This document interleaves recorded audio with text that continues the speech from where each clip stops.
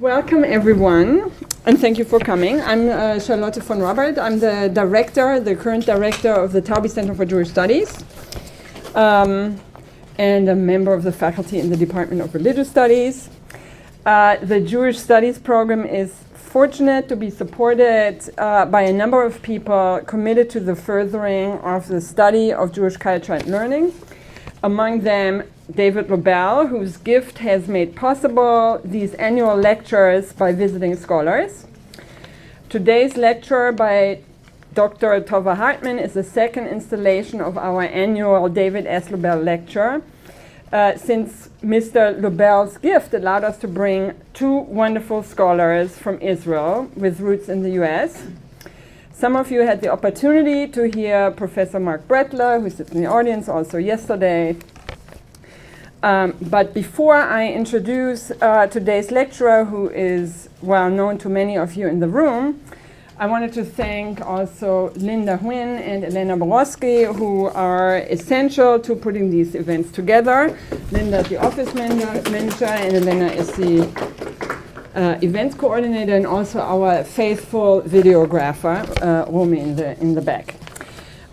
So allow me now to introduce Dr. Tova Hartman to you. I'm so delighted that she agreed to come all the way from Israel, and this is her first visit to our campus and our community, and I hope the first of many visits. I'm just putting that out there. Professor Hartman has taught for many years at Bar Ilan University, both in the education departments as well as in the gender studies program. In addition to appointments at Hebrew University as well as a visiting appointment at Harvard University, she now is the Dean of the Humanities at Kiryat Ono Academic College and is busy with starting new programs such as the MA in Jewish education. As many of you know, Tova Hartman's work has been singularly devoted to improving Jewish education, to Jewish education of women, to the teaching of Judaism in Israel's schools, and she now is building a new program around these deep commitments. Aside from these academic administrative activities that take so much time, I can attest to that, Tova is known to many of us in other ways, both as author and as community activist, and these as a deeply committed Jewish feminist. As an author, she wrote a beautiful little book that's the first book on Jewish and Catholic mothers, entitled, appropriately, Subversive, which engenders the title of the lecture also today, Modern Mothers and Traditional Religion, which came out in 2002. And I want to mention that the Stanford Bookstore is selling the books after the lecture. This book is a deeply personal book written from the experience of being a mother of 3 daughters, committed to nurturing a sense of continuity with a tradition that has more often than not excluded, especially maternal relations, as a meaningful resource of culture. You have to read it. Her second book, On the Crossroads Between Feminism and Jewish Tradition, and it negotiates the demands of both, entitled Feminism Encounters Traditional Judaism, Resistance and Accommodation, and it won the National Jewish Book Award in 2008, which is not an easy feat. You also have to read it. We are reading it right now in our Feminist Studies group. And her third book, written together with Charles Buchholz, Are You Not a Man of God, just came out last year, in February, I think. That book tackles the larger issue of resistance to and criticism of authority arising within tradition, allowing tradition to breathe. As Rabbi Allenson writes, which I want to quote because I agree, and he's also a friend, this is a work of psychological insight and cultural challenge. It is also a book of political justice and moral power, which is why you have to read it. In addition, Tova has not just talked the talk of Jewish feminist thinking, and here I'm completely humbled, because many of us scholars sit in our offices and write these books to help us rethink things, but she has put it to work and action by founding, in collaboration with others, but she's really the founding figure, of a community in Jerusalem that many of us visit when we're in Jerusalem, Kehila Shira Chadasha, which is dedicated within the framework of commitment to Jewish liturgical traditions, also known as davening, and halakha, to increase women's participation and leadership roles. The gender landscape in Jewish Orthodoxy continues to change because of her activism. I'm so delighted that we were able to convince you to come to the West Coast, so please help me to welcome Tova. I would like to ask you maybe to give me your introduction. I'll make a pillowcase of it every time I feel badly. I'll look at it. Thank you very much. Thanks for coming. When I was about to write my thesis proposal on the notion of choice in feminist theory, my advisor at Harvard, Carol Gilligan, looked over what I began to write and said to me, Tova, where you have your question, you'll do your best work. Go back to Jerusalem, go back to Orthodoxy, and try to figure out some things. And I always say this also to all of my doctoral students, that, not that they should only engage in research, but that research that is devoted to your deepest question will be good. So I did go back to Jerusalem, and the question that I would like to share with you is, what was my question? What was I trying to understand? And I'll take you back a couple of years before I was doing my doctorate. I was a teacher in a girls' school in Jerusalem. I was a homeroom teacher in an Orthodox girls' school, and I was called to teach there because of then there was a lot of concerns about democracy and orthodoxy. And then Kahana in that time was getting more and more powerful in Jerusalem. People were listening to him. And Alice Shalvi, who was the principal, said, Tova, you have to write a curriculum, and we have to show how tradition can go together with democratic values. And so I wrote the textbook that students studied in civics and for grade 11 and grade 12, what they wrote their matriculation, and I was also the homeroom teacher of girls in grade 11 and 12. And I was what we call the agent of socialization for all these lovely young girls.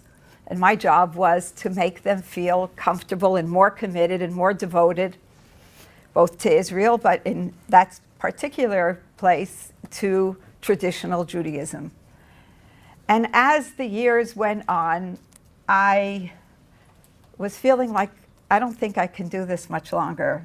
I felt I was not an honest agent of socialization into traditional Judaism. I felt I had to lie, or I felt I had to hide parts of myself.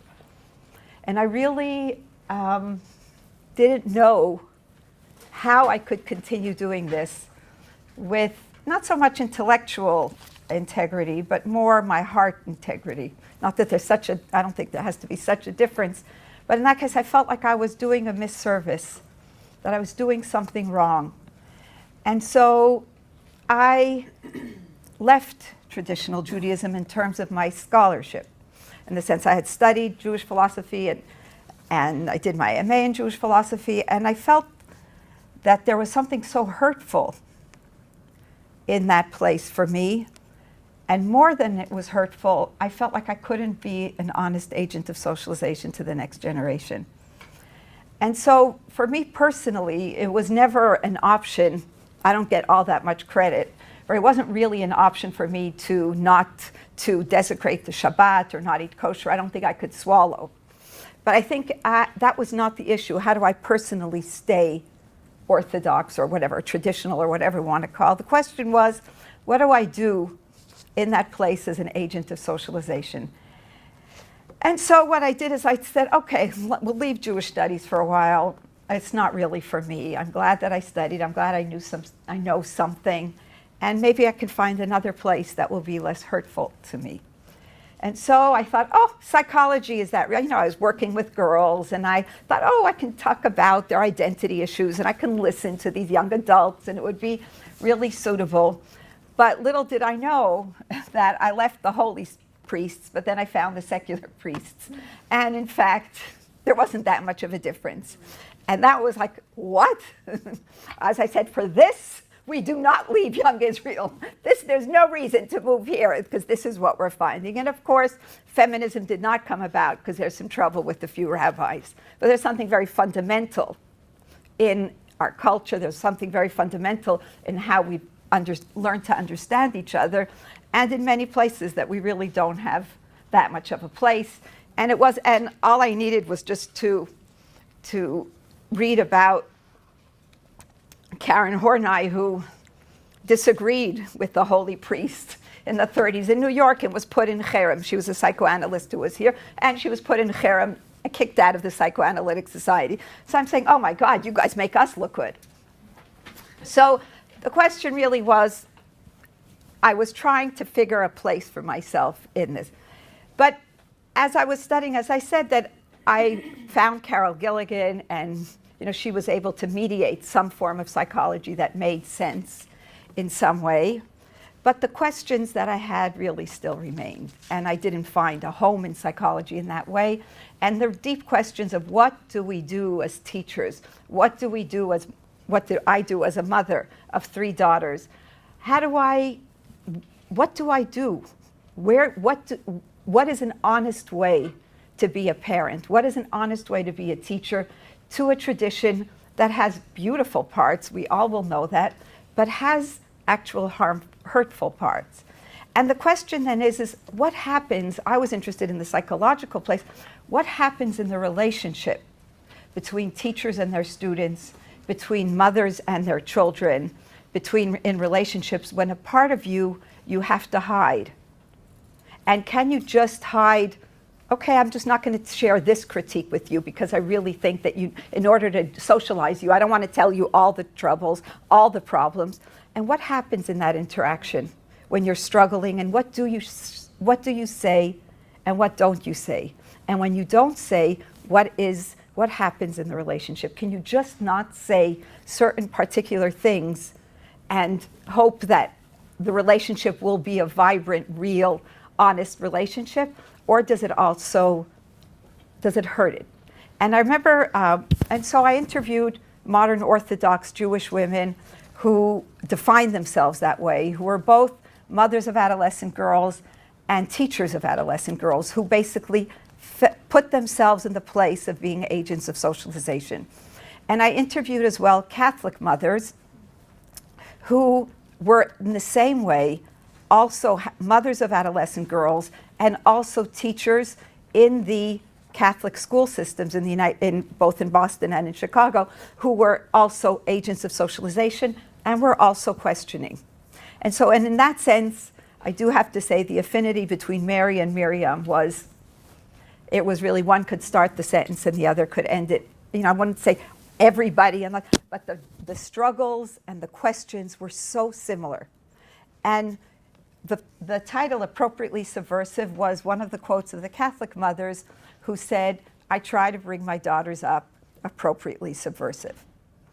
And many of the Catholic mothers that I interviewed would say words like, the church is wounded. That's a word that I loved, but it's really not mine. It was from them. The church is wounded, but I'm not going to leave it, even though it's wounded. And then we went into the conversation, it is wounded, but is it also wounding? It's not just a passive thing that is wounded, but how does it wound others? And that was the question. And I listened to these voices of many women. And one of the things I also learned was that at some point, when most of the women had not shared their serious critique with their children of the tradition, and they had all believed and hoped that their children would catch on, that they would actually know them. They believed in what Marian Hirsch calls in the mother tongue, that basically we don't have to speak or articulate our feelings. Them just being near us, they'll figure it out, they'll know us. And one of the conclusions of the book was that so many of the women said they actually don't know what I think. And they were actually very, very sad that they didn't know. And they realized that if they don't say what they think, nobody will know what they think. It doesn't magically happen. And so I continued with this work personally. I taught in the university gender studies, and I was just doing that typical split between the mind and the body, in the sense that I taught gender studies and went along in the traditional community as if that's just what I do. And slowly I started feeling again that not only was my issue in how do I teach others, but how do I in myself actually live. And that's an interesting mark in terms of a development, I think, of as mothers and as teachers as well. And that is very often we can hold in our own psyche a lot of weird things pulled together, right? What they call the messy self. We're all messy selves. We all don't fit in some real body, but there's always these jagged things coming out from us all over. But when we need to begin to articulate it to the next generation, to teach it, this messy self moves into another place and saying, how do we actually then speak? So I was thinking, how am I now going to bring up my girls? Because I made the split. I stopped doing the Jewish thing.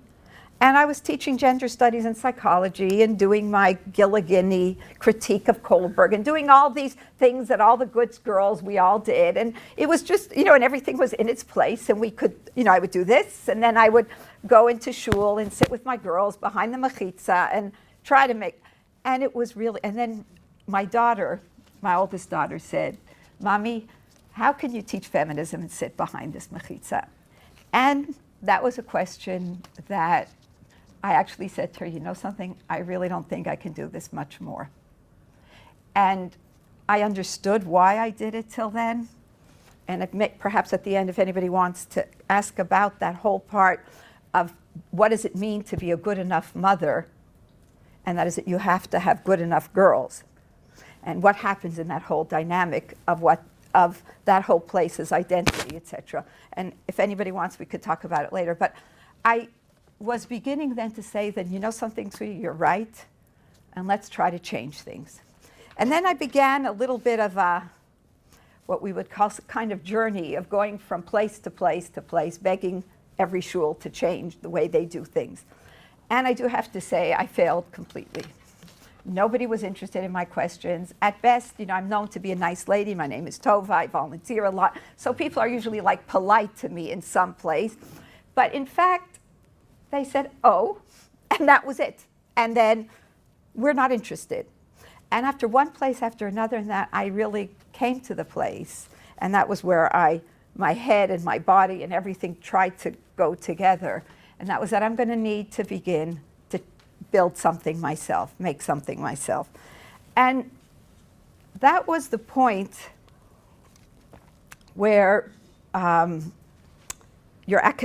academic concerns and one's religious passion, that really we sometimes try to leave them separate because it's just maybe toxic, too scary for them to come together. It was at that place where I felt like if they didn't come together, something would be really wrong. And the question then was, how do I bring them together?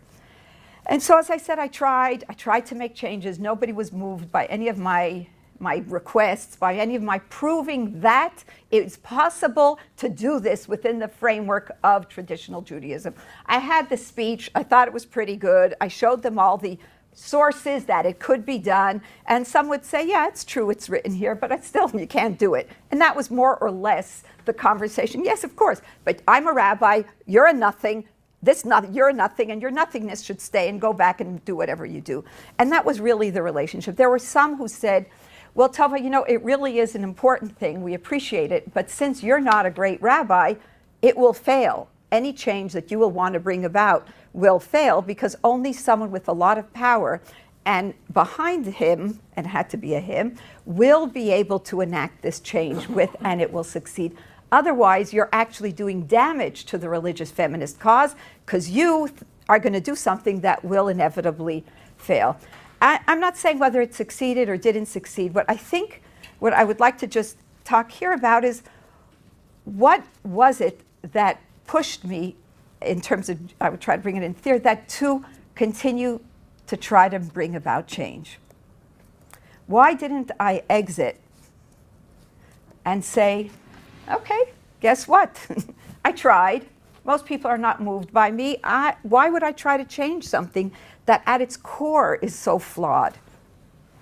Right? I mean, when Carol Gilligan in their introduction will say, very often many of us who didn't fit into Freud's developmental stage, we didn't ask what's wrong with Freud, we asked what's wrong with us. But perhaps there's a problem in the theory, she would say, that makes people try to fit into something that isn't suitable. And so that kind of thing, and that question was, do I have to exit in order to live a Jewish life that was meaningful for me? Did I have to exit traditional Judaism in whatever way, or was it possible for me to stay? Now, that question I've been asked many, many times, and I have different answers to it. I think that Daphne Hampson, in her book Theology and Feminism, wrote, for any of you who are in feminist studies, wrote, I think, the best book, wrote the best argument why you have to leave religion. It's actually the most articulate and really, and a deeply, deeply moving and painful. If you read it, I mean, you just cry with her, because she was an Anglican woman who for 10 years, she was teaching people who are going to become priests and ministers, and she every year asked to be ordained.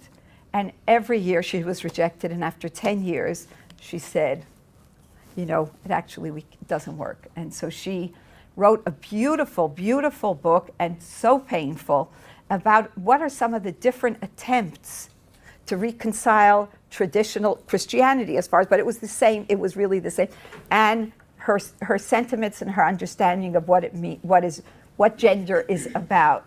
And she just said, and all of you basically who are trying to mush these two, it's not intellectually honest, it has no moral integrity. I mean, but she doesn't just come to, she actually has a very, very articulate and a very understandable way of saying she needed to leave. And that was my question, because when I would go to different people and they would say, well, if you don't like it, Tova, go change it. What they really were saying, Tova, go away and change. They weren't saying, let's change. They were saying, go away and change, but not right here. And I think part of it, and I don't want to do any kind of self-analysis here, it's not all that interesting, but I think being the daughter of a rabbi, in some sense, as we all know, that we are born with a little more chutzpah than the average. And there's that sense that nobody's really going to tell us what to do, ultimately. And when someone says, go away and change, my sense is, do I have to go away and change? Guess what?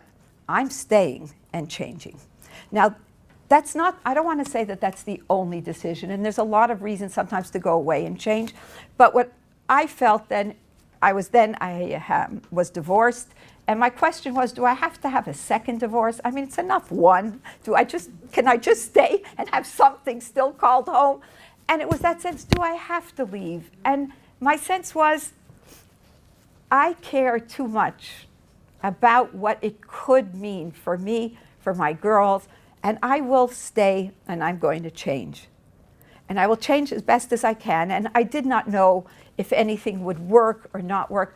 But I really, and here I would like to say, is that the impetus for this was completely maternal in my situation, in the sense I really want to show my daughters that in the face of adversity, we tried.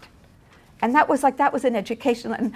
And in fact, what I did is I called most of my students, who were my students from Pelech, who were in the university and I called them and said, you want to come for an evening and let's try to talk about what we could do.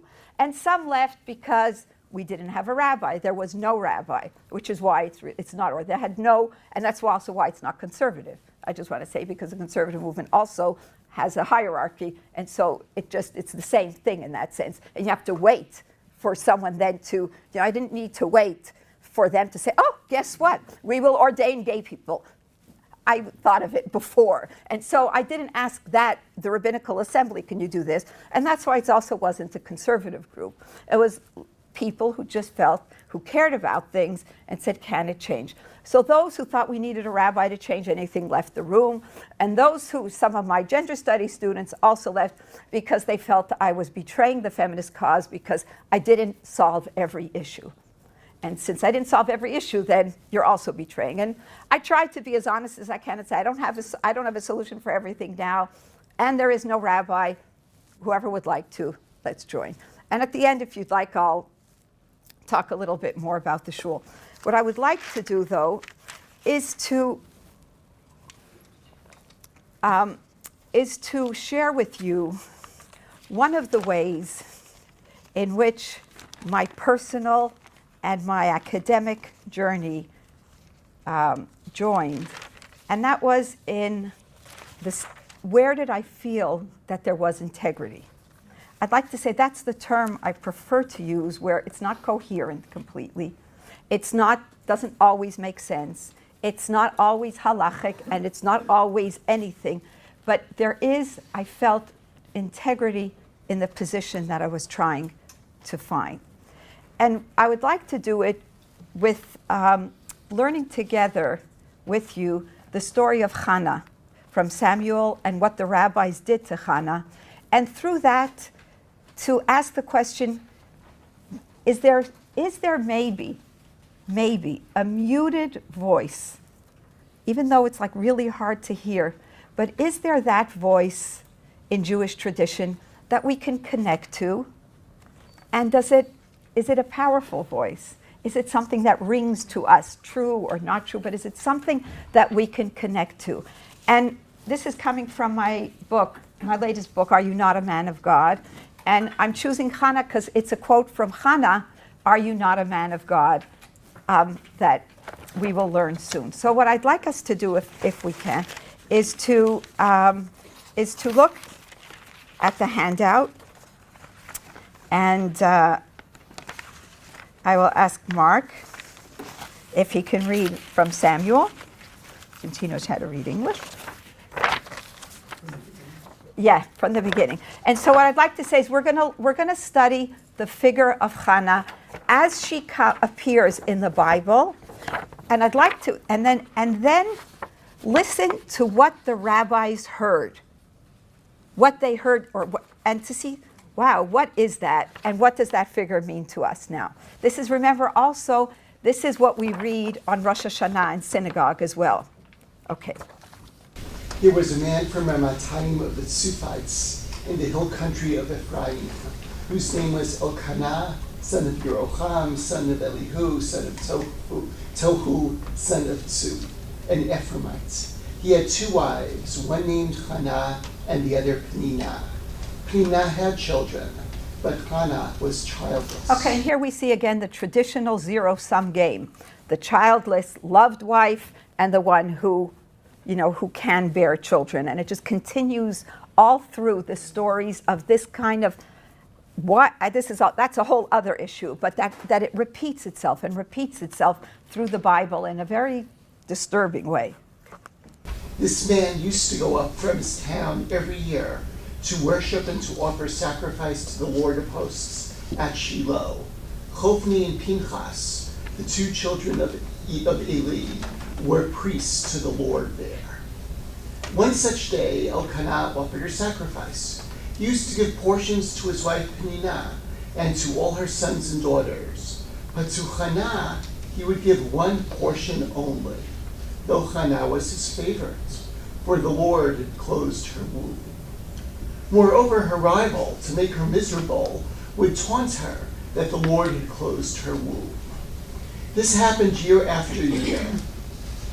Every time she went up to the house of the Lord, the other would taunt her, so that she wept and would not eat. Her husband Elkanah said to her, Hannah, why are you crying, and why aren't you eating? Why are you so sad? Am I not more devoted to you than 7 sons? 10 sons or 7? 10. This is really, on the one hand, you see such a sweet husband who wants to encourage her, but how he has no sense that, guess what, we'll go out to the movies every night. Who needs children? We'll play. And it's like, Like and it's not that there's anything wrong with him. He's trying just to say, I'm here for you. I'm not this. But it's like to see how her experience was like there was no resonance, not just a little. There was absolutely none. He did not understand at all. After they had eaten and drunk at Shiloh, Hannah rose. The priest Eli was sitting on the seat near the doorpost of the temple of the Lord. In her wretchedness, she prayed to the Lord, weeping all the while. And she made this vow: O Lord of hosts, if you look upon the suffering of your maidservant, and will remember me, and not forget your maidservant, and if you will grant your maidservant a male child, I will dedicate him to the Lord for all the days of his life, and no razor shall ever touch his head. And she kept on praying before the Lord. As she kept on praying before the Lord, Eli watched her mouth. Now Hannah was praying in her heart. Only her lips moved, but her voice could not be heard. So Eli thought she was drunk. Eli said to her, how long will you make a drunken spectacle of yourself? Sober up. What do you think Eli saw? What I'd like to suggest, because we don't have, is that she prayed in a way that he wasn't used to. He hadn't seen someone pray like that, and therefore what? I don't know it. I'm not used to it. Then therefore you are drunk, and what would Freud say? You are hysterical. This is, if you will read in the chapter, I make the comparison between Hannah and Anna O at a few of the different hysterics that Freud and Breuer analyzed, and it's incredible, the parallel. It's almost scary how exact it is. And that was that, and how these women who mumbled, could not speak, had no appetite, and then the priest said, you are hysterical. And they all had problems with their womb, and they all, whether it's they couldn't get pregnant, but the whole notion of hysteria was that there's an issue in their womb. And so the parallels are very, very strong as to these women who were called. She was praying in a way that Eli wasn't used to. And so instead of saying, well, isn't that incredible? Someone else is praying here. He was saying, I don't know this prayer, therefore this prayer has no room in our little temple here. And therefore, you are drunk. I don't know who you are, so you're drunk. Okay, continued a little more. And Hannah replied, Lo Adoni, oh no, my Lord, I am a very unhappy woman. I have drunk no wine or other strong drink, but I have been pouring out my heart to the Lord. Do not take your maidservant for a worthless woman. I have only been speaking all this time out of my great anguish and distress.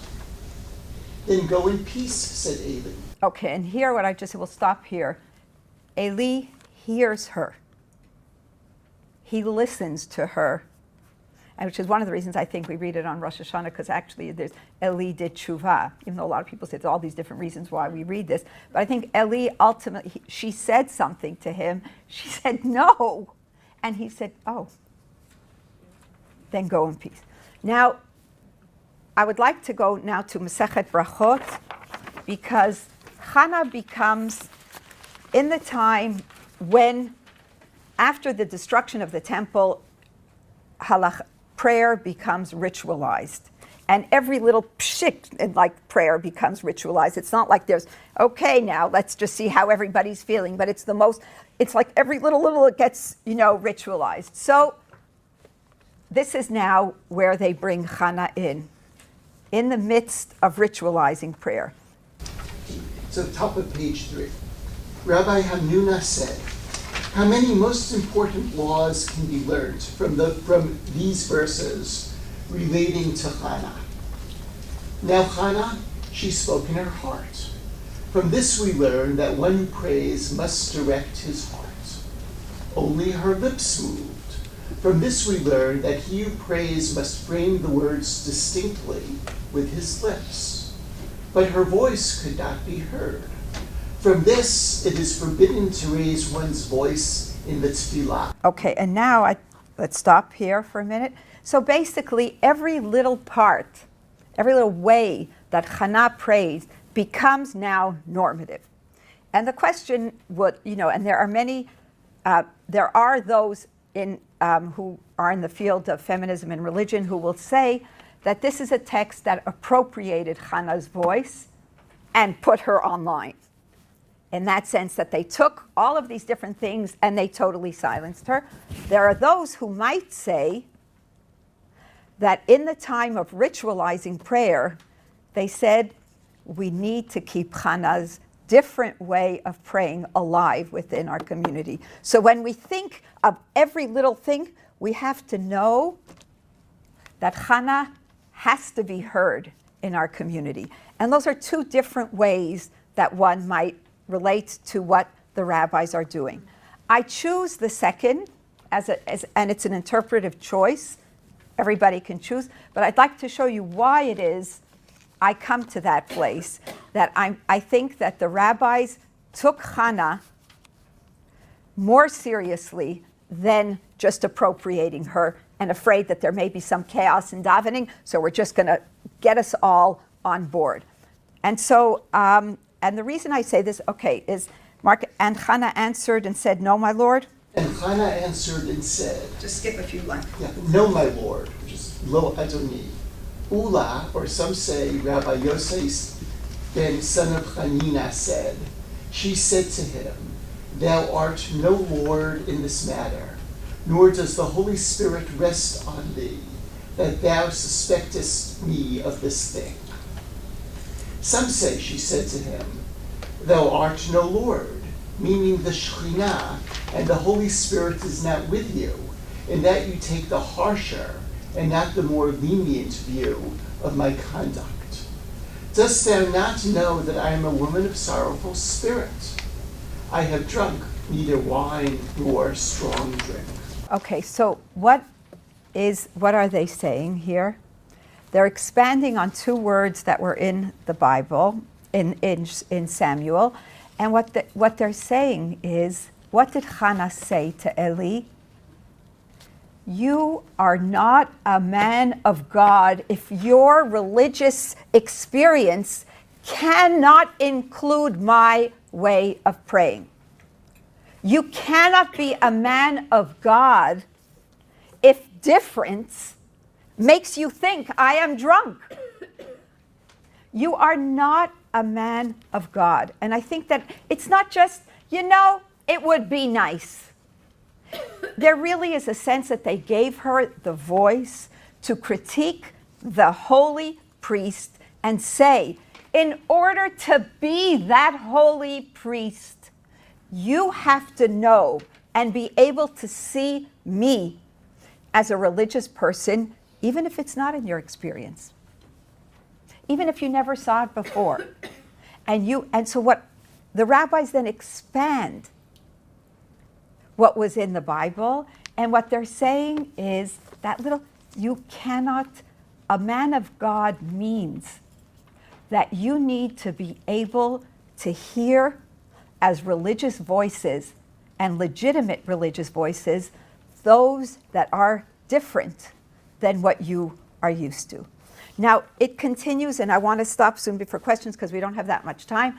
It continues, the story continues, where she begins in critiquing Eli. She goes then to the next stage and begins to critique God and say, God, are you really God if you can't just give me a child? There's such a strong claim against God, or what God should be if he is in fact this God.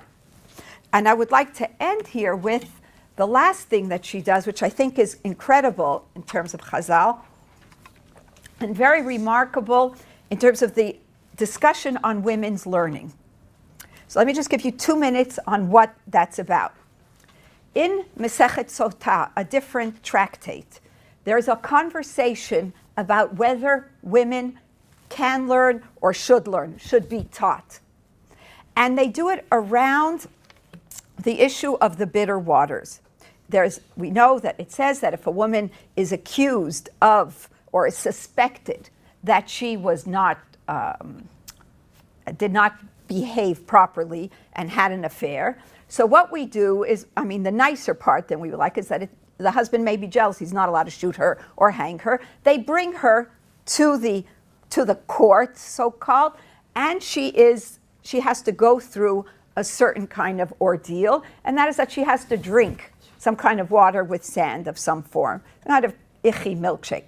It's not the same thing as throwing the woman in with the stone on her foot in the water, and therefore if she sinks, she was guilty, and if she doesn't sink, then she's a witch, and then she has to be killed anyhow. This is just more or less you have to drink something, and then if your stomach explodes, it means that you were guilty, and if your stomach doesn't explode, then means that you're not, and then you could go home. Okay, then you should go home, and then you will get pregnant, and whatever's there, God promises, then you're going to be okay. So what does that have to do, one might ask, with women's learning? That's a little bit difficult. So there is the notion that it says that if a woman does a charitable or a good deed, then even if she had an affair, betrayed her husband, then it will extend. She will have a period of grace, and she will not get punished right away. I mean, the punishment will not happen right away. And so the rabbis then were disagreeing, and we're having this kind of disagreement there. And so one said, we're not allowed to teach her anything because guess what's going to happen? We're going to teach her then how to get around the law.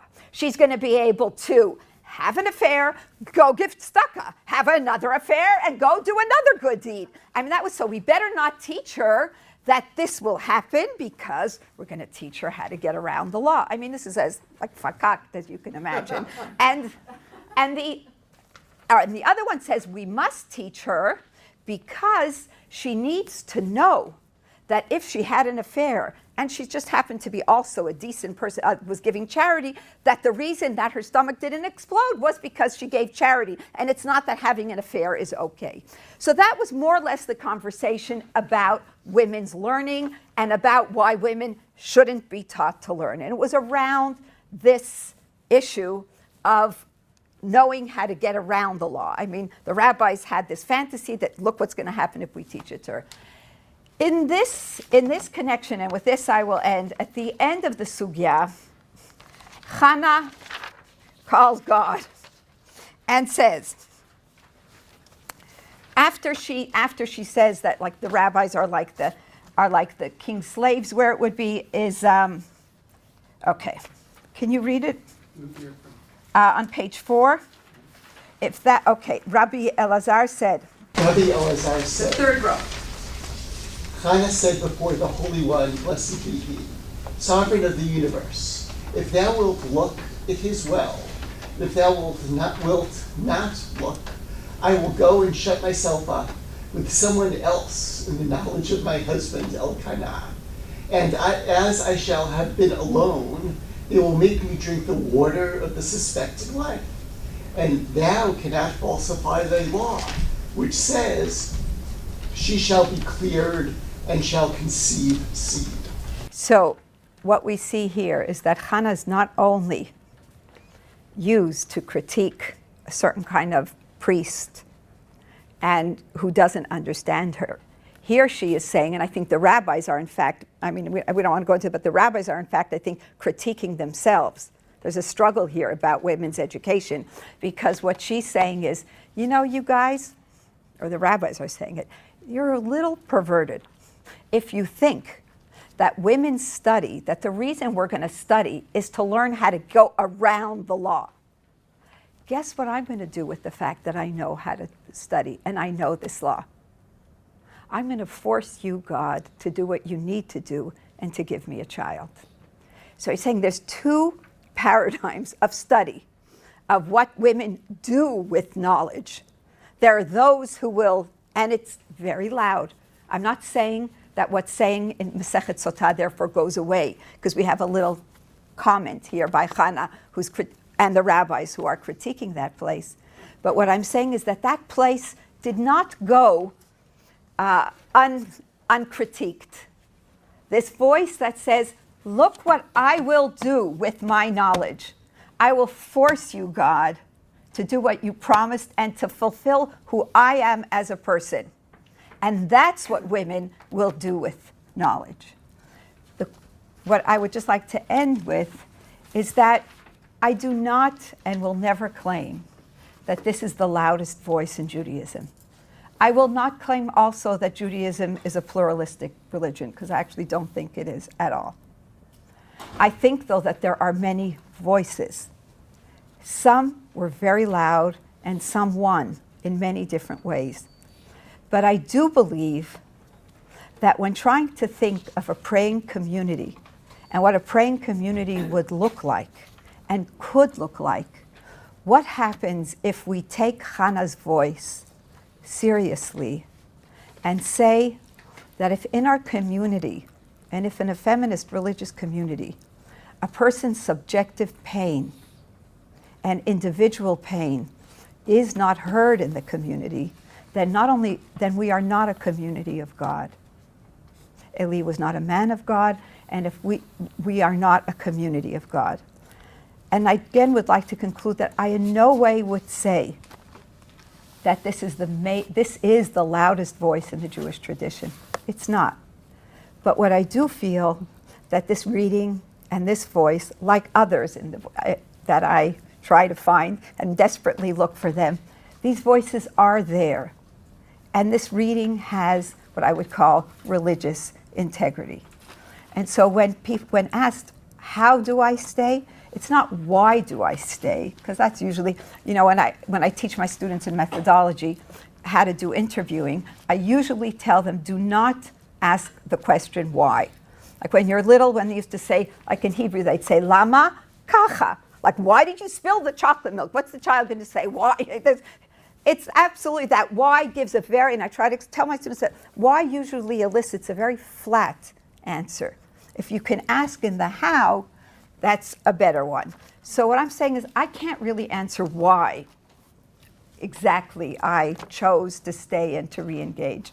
I just wanted to share with you how I do it in a place that I feel is meaningful for me, and I hope for some others. Thanks. And if there are any questions, I would be very happy to try to relate to them, not necessarily. Yeah, hi. Why Hannah not Bruria? My other chapter is Bruria. And Bruria as well. I think that the question about Bruria is I use Bruria, but where I think that some of us went wrong is that we use Bruria as this prototype of the woman who was allowed to study, and that's all. And in doing that, we don't listen to her critique. Every time we meet Bruria, she's critiquing someone in power in the tradition. And for example, the rabbis give her the permission to strip Rabbi Yossi of his smicha, of his ordination. He begins the story with right, and then Rabbi Yossi, and then she said, when he says, how will we get to Lod? And he does the we thing, and she says, we are not going anywhere, and she drops the we and answers him what? Galili tipesh. So she basically, the rabbis there, it's not only that she studied, it's what did she do with her studies. And every time we meet Bruria, what we do is we see her in a place of critiquing rabbinic power. And so I did Hannah, but the book is about the different places that women were social critics. And that, what does it mean? Were they really real? Were they really alive or not? That's not my question, because I'm not a historian. What I want to see is that the rabbis put voices of social criticism in these women's characters in many different ways. And when we hear it, it's really quite remarkable. I think that what's very interesting is how in the book I use the different women who are social critics, and then I speak about what was their modern appropriation. And so what's really interesting, for me, what's interesting, I was learned to say you're not supposed to say it's interesting because it's either interesting for people or it's not. But for me, what was meaningful is that to see how Hannah was used now in modern days by Rabbi Twersky to attack the women's prayer groups and said, well, don't you see, Hannah was very docile. She didn't speak that much. And she's a wonderful person. Then why do you women need to daven out loud? You should be quiet, just like Hannah. And it was like, what? But this is how you see how these images become, they're very, I mean, it's not, it was very interesting for me that they used Hannah to actually critique women's prayer groups. It was like, and Bruria, I mean, if you look at Bruria, I mean, even Agnon uses Bruria to critique in his small story called Chochmat Nashim. Agnon uses the image of Bruria to critique the yeshiva world and the moral decline of the yeshiva world. So yes, I think that many of these images come and they, if they speak to you, they can speak in a very powerful way. Is there? Yes. Just thinking about this passage that you brought with Hannah, there's something about her decision to go and ask for what she really wants. There's a big piece there that normally her husband went back and brought it. Yes. And I think that's a beautiful piece that you're saying, and that is that Hannah did not wait at home for Eli to come back with the message of God. She said, my place is in where? Is in the temple as well. I'm going to do it differently than how you guys do it, but I will be different in that place. I am allowed in. And guess what? I'm not even waiting for someone to say welcome. I am going there because it is my place. And I think it's great. But I think it was very intentional because her husband didn't get it. And Eli didn't get it. And so she, and it's a beautiful piece like this in Judaism, where there's a complementary thing where we need the feminine side, we need the masculine side. And the division has caused... It doesn't do good. It really hasn't done that great. But yes, so Hannah's husband didn't understand her. The holy priest didn't understand her. And she felt empowered to say, the temple is mine. And I will pray in the way I pray. So the question that you're asking is there integrity is there religious integrity? And obviously I'm not going to use the term halachic integrity because I don't really know what that means anymore, and because it's who is speaking in the name of halakha. But the question is, can women become judges? Is there any, no, and I would say, is there a reason they shouldn't become judges today? And that's a question whether as a community, as a traditional community, do we want to keep the situation as it is, or do we see a possibility for many different ways to have women as judges and different men as judges, obviously? Now that's a very fair question and a very fair critique to say, well, look, if the state of Israel is not allowing women judges and they're not doing, what are you talking about in ritual? You're doing this. Look at the horrible, injustice that is done to women in the name of whatever. Now, I agree with you. I would not in any way try to say, well, this makes sense, having these kinds of judges. It doesn't make sense. And and again, in that same time of like begging these guys who I know, will you please, and I did this whole, I took from Hannah, are you not a man of God? I said, this is the reason why you got smicha. If you're not making an alternative Beit Din, give back your smicha. I don't want you in my shul. I don't care what you do. You have to use your power for good. And when power is used for bad, we have to name it. There's no way that I would try to say, this is really, it's just an individual judge, because it's not, because the system gives them the ability to judge, and the secular government pays their salaries. I mean, it's a much larger situation.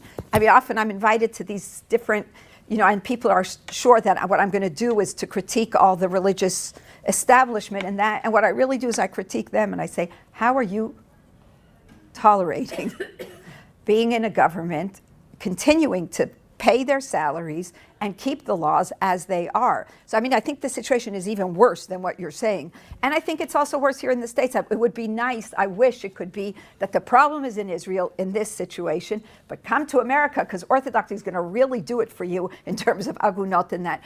And it's a terrible, terrible injustice. It's horrible. And I would say in the same way, you cannot be a man of God if you are one of those judges in the movie Get. I don't feel that. Now, does that make sense totally? Is it completely coherent? It's not. But I do believe that we can change it. I really do believe in this matter that it needs to be changed. And if it's not changed, it's a horrible stain on all of us. And we cannot say that we are not guilty of this bloodshed. We cannot. I really think that it has to be done. It just has to be done. Yes? This is a little different thought, but as you were talking, I kept going back to one thought of what I'm hearing and what I'm relating to is really a political power structure. And the same thing that's happened in America in the secular political arena is that white males don't want to give up power. What you're really talking about is who's going to control power. Is it going to be males exclusively and white males, or is it going to be shared?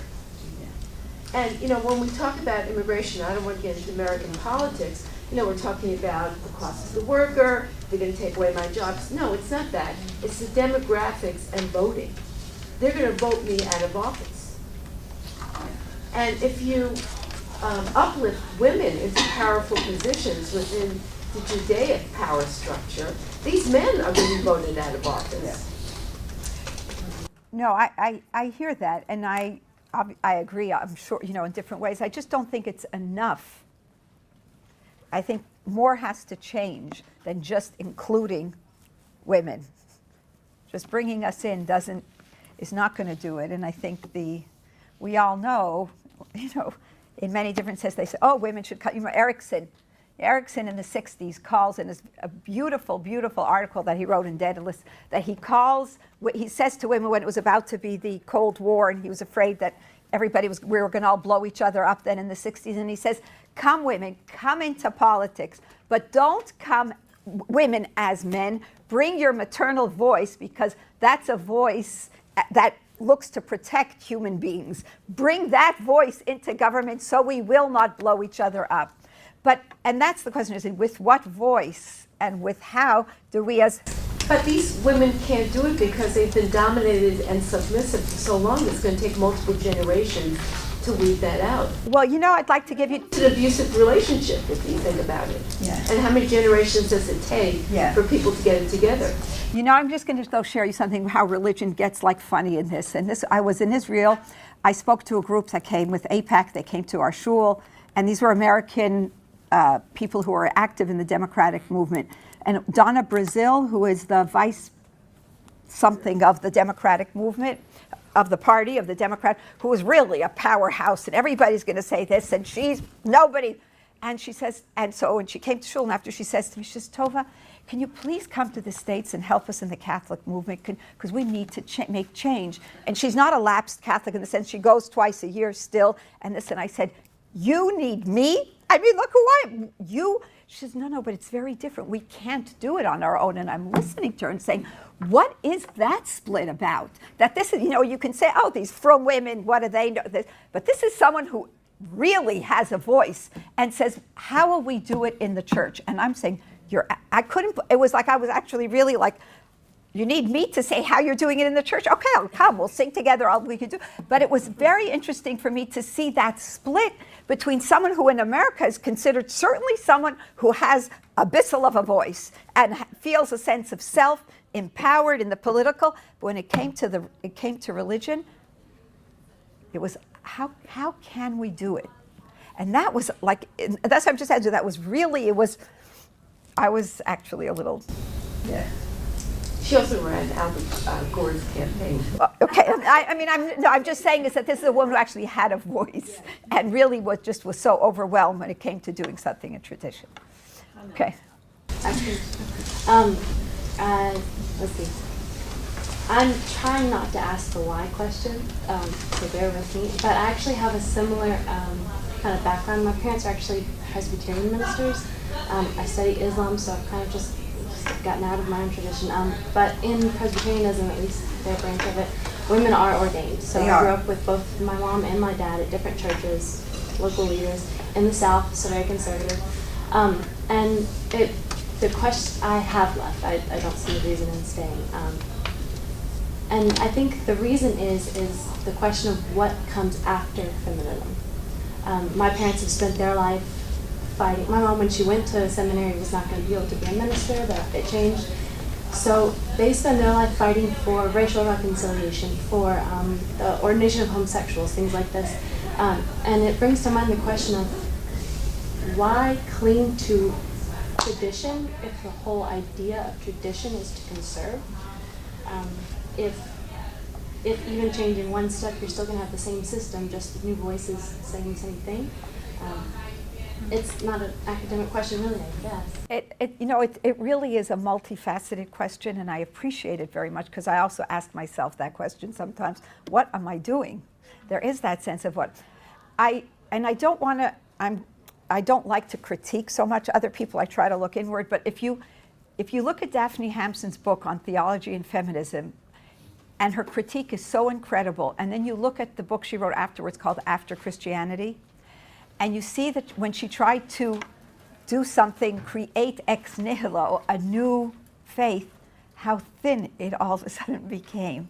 And so what does it mean then to be in a relationship with our past, to have our past be compelling, to have our past be part of us and not control the limits of the moral discourse, of our personal discourse? I think that's really the question that I would like to ask. And I think that, and it's easy to say, well, if you're compelled, you're compelled. And in fact, that's really what it is.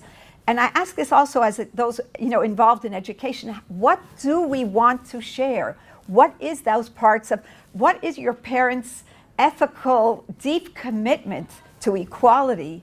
It came as well, and it was fueled as well from their tradition. It was a language that they used. When all people are created in the image of God, what they took that very, very seriously. And that was a place that they critiqued American culture that didn't. And so does that liberate then all of religion? No, it doesn't. It really, really doesn't. And the question is, why are we stuck on it? Should we all? Those are but the place that it compels, the depth in which it does have a frame of reference is for many of us still very, very deep. And your question, I think, is one of the questions, and is, well, should we move aside and try something new, give ourselves a new, do we and so the question would be, one of the feminists, Jewish feminists, who wrote a book called Standing Again at Sinai. And in the sense that we have to go back to Sinai and receive the covenant and be committed as women and as a whole new community, because obviously when we speak about women, we're not just speaking about women, we're speaking all minorities or difference in different kinds of ways who are not in power. And so I would try to reframe your question is, should we go back to Sinai again? Should we say Sinai was and we have to do something a little bit connected, a little bit not? Or do we create something anew? Yeah. And that's a tension that I don't have. I really don't. I don't have a plain answer for you. And I would say, in all honesty, I struggled with that at different times. Like, what am I doing? So I found a cute little voice, Hannah, who says, okay, Tova, we have to have everybody's subjective experience in shul. Why am I magnifying that so much? So I just say, how do I magnify it? And I tried to make a shul that honored the subjective experience of individuals, so that what feminism for me did not mean just that women are able to go towards the Torah. That's not, the conservative movement did it before. I didn't need to do it again with the mechitza. But what is religious feminism is, how do we take, for example, this experience and say, you have to be in shul. And if everybody's subjective experience isn't there, this is not a religious prayer service. We did not finish our Rosh Hashanah service. We read Chana, and we're still, the traditional hierarchy in synagogues or wherever is done. We haven't prayed for our Rosh Hashanah service properly. And why is it so compelling to me and for others to say, what are you doing? I guess I just am going to leave it at that because I don't have like a clear, smart answer for it. Just a me answer for it. Okay. I just think the beauty of the way that we study the Torah and that we have Babylonian, Talmud, Yerushalayim, so many Perushim of the Torah, the beauty that we can ask those questions. I don't know, in the Catholic families, it's given to you a certain way and you don't question, and that's how it is, as far as I understand. Maybe I'm wrong. Yeah, I think their question, just listen to the nuns. Just listen to them. I mean, I listen to them and I cry and I'm just saying, oh my God, listen to what they're saying now. They're critiquing, they're questioning, they're standing and they're saying, we will not be silenced. They're incredible. The American nuns, actually. It's really the American nuns are doing something that is. So, I mean, we just don't have the monopoly on questioning, that's all. But I'm just saying it's okay. Yeah, but the beauty of it now, even when we are studying Torah in a Reform synagogue, that brought us back to Judaism. But the interesting thing, there's now women commentary. Sure. There's all these, so the book itself, when you said about, let's pass it and get something new, there's something really valuable in it in each generation. And how do we make sense of it as we move on? I think it's very compelling. I could understand. Yeah. Thank you. Okay, Leo Strauss does ask that question. Well, thank you. You're very welcome. Tova, and you Thank can you still all. ask her personally, and consider the box in the back. Okay, Thank you.